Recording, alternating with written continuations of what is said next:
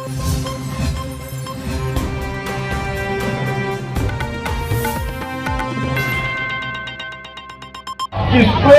डराकर, भाजपा को डराकर, आरएसएस को डराकर, जो कांग्रेस का लीडर हमारे खिलाफ चुनकर आया था वो मोहन हंबर्डे आज फिर मैदान में है।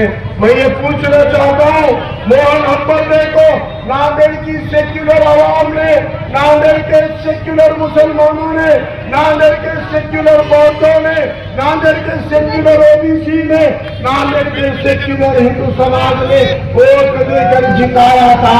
वो हंबर्डे जब एमएलए बन गए तो राज्यसभा के इलेक्शन में क्रॉस वोटिंग करे, क्रॉस वोटिंग करे और क्रॉस वोटिंग करे। कांग्रेस के आमदार रह के भाजपा को वोट करने का काम राज्यसभा के चुनाव में किए। जब एकनाथ शिंदे की खोके बोके की सरकार बन गई, 50 खोके एकदम ओके लेके भागे, सारे खोके गुवाहाटी में छुपे सरकार बना दिए। 50-50 खोके लेके जब उनको अपनी मेजॉरिटी बहुमत साबित करने का वक्त आया, उस वक्त ये मोहन हंबर्डे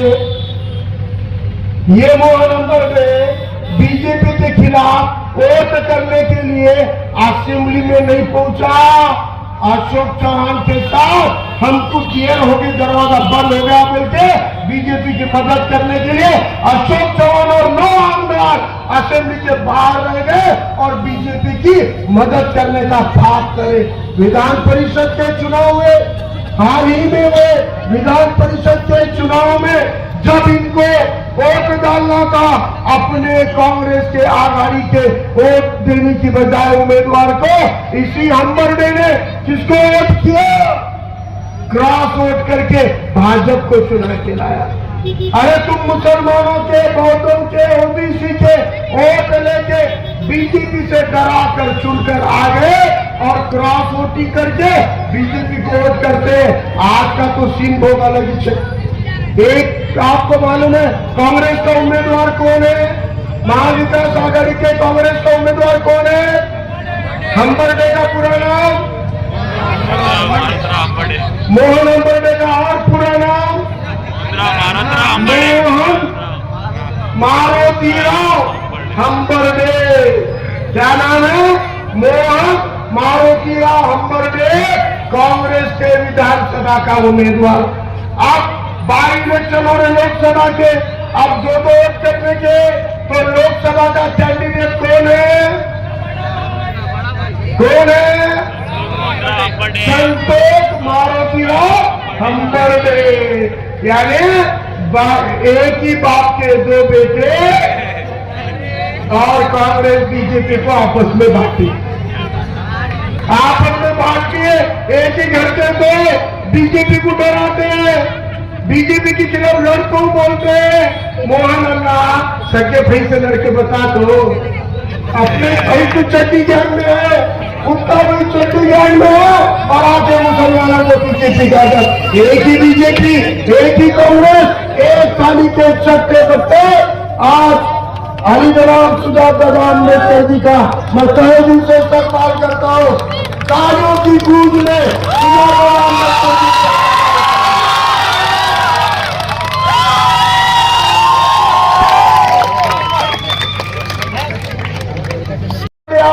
उसको सवाल पूछो, उसको पूछो मोहन अल्लाह 20 तारीख को वोट करने को जब जाएंगे तो आपको 2 मशीना रहेंगे, एक विधानसभा की मशीन रहेंगी, खुद को वोट करिए तुम विधानसभा की गुलाबी मशीन में। मोहन अल्लाह खुद के निशानी का बटन दबाएंगे कि नहीं दबाएंगा? खुद के निशानी का बटन दबाने के बाद दूसरी मशीन है सफेद कलर की लोकसभा की। अब मोहन को पूछो अल्लाह उस लोकसभा के मशीन में किसका बटन दबाने वाले हैं? अपनी खुद की पार्टी के उम्मीदवार का बटन दबाते तो भाई से बेईमान, और भाई का बटन दबाते तो पार्टी से बेईमान। संतोष हंबर्डे भी में खुद का बटन दबाएगा, लेकिन जब विधानसभा में आएगा तो खुद के पार्टी का बटन दबाया तो भाई से बेईमान होगा, और अगर भाई का बटन दबाया तो पार्टी से बेईमान होगा। हर हाल में ये दोनों भाई बेईमानी करने वाले, 20 तारीख को इनकी बेईमानी असल है।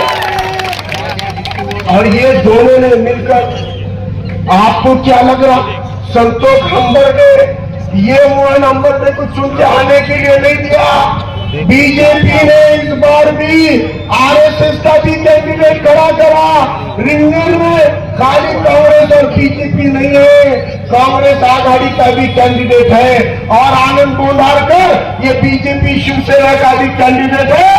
एक तीसरा कैंडिडेट भी है चड्डी गैंग वाला, और वो चड्डी गैंग का कैंडिडेट दिलीप कुर्ते हैं। ये आरएसएस के चड्डी गैंग का है, इसको प्रचार करके घूम रहा, लोगों को बोल रहा, विधानसभा में मेयर को जो बोल रहा और लोकसभा में बीजेपी को जो बोल रहा। कितना दोगला है, दोगला है कि नहीं? मतलब ये आरएसएस का कैंडिडेट है, और ये आरएसएस के कैंडिडेट को जिताने की हर साजिश वो जो किए, उनके साजिशों का पर्दाफाश करने का काम अल्लाह सुब्हानहू व तआला ने दिन ब दिन करके पूरा कंफ्यूजन साफ करके नांदेड़ के आवाम को बता दिया। आरएसएस, बीजेपी और कांग्रेस को अगर हराना है तो वंचित बहुजन आघाड़ी के साथ पूरी आवाम को एकजुट रहना है। आली जनाब प्रकाश अम्बेडकर साहब की कयादत की पार्टी एक तरफ टिकट देती है, और हमारे कायद सज्जाद नोमानी साहब हजरत की ताईद मिलती है। ये दोनों सैनिकों का एक जगह आना, एक ही शख्स के साथ दोनों क़यादतों का खड़ा होना, ये बहुत सुनहरा लम्हा है। इंशाअल्लाह इस लम्हे को पकड़कर एक तब्दीली आएगी। लंबा अरसा हो गया नांदेड़ ने ईमानदार क़यादत नहीं देखी, वरना हमारी बल्दिया में एक नगर सेवक रहते हुए, ईमानदार नगर सेवक के रहते हुए भी उस वक्त में बड़े बड़े कमिश्नर ठरकाते थे। याद करो दीन मोहम्मद पहलवान की क़यादत में जब वो बल्दिया के गेट पे होते थे तो कमिश्नर की कुर्सी हलने लगती थी। ऐसी ईमानदार क़यादतें नांदेड़ में हुई है। नज़ीर बाबा को याद करो, ऐसी कई क़यादतें। लेकिन आज गुत्तेदारी के चक्कर में, ठेकेदारी के चक्कर में आवाम को फंसाने का काम हो रहा है। आज मैं आपको यकीन के साथ कहता हूं, आपके बस्ती के, आगरा के बस्ती के, खड़गपुरे के, एनटीसी के जमीन के, दुलेशा रहमान हजरत के, औकाफ की जमीन के जितने मुद्दे, जितनी लड़ाइयां हैं, इंशाअल्लाह चुनकर आने के बाद सबसे पहले इन मुद्दों के ऊपर आवाज उठाई जाएगी। आपके इलाके में कांच की सड़क बोलने वाले टूटकर बिखर गए, लेकिन इंशाअल्लाह फारूक अहमद आपके इलाकों को अपने फंड से चुनकर आने के बाद सबसे पहला काम इस बस्ती के अंदर के सड़क के मसलों को गवर्नमेंट के और अपने निधि से हल करने का काम करूंगा। आप लोगों की इन दुआओं के लिए, आप लोगों के सपोर्ट के लिए, आप लोगों के तारीफ के लिए, आप लोगों की मोहब्बतों के लिए आप सभी का तहे दिल से शुक्रिया अदा करता हूं। अल्लाह हाफिज। जय भीम, जय भीम।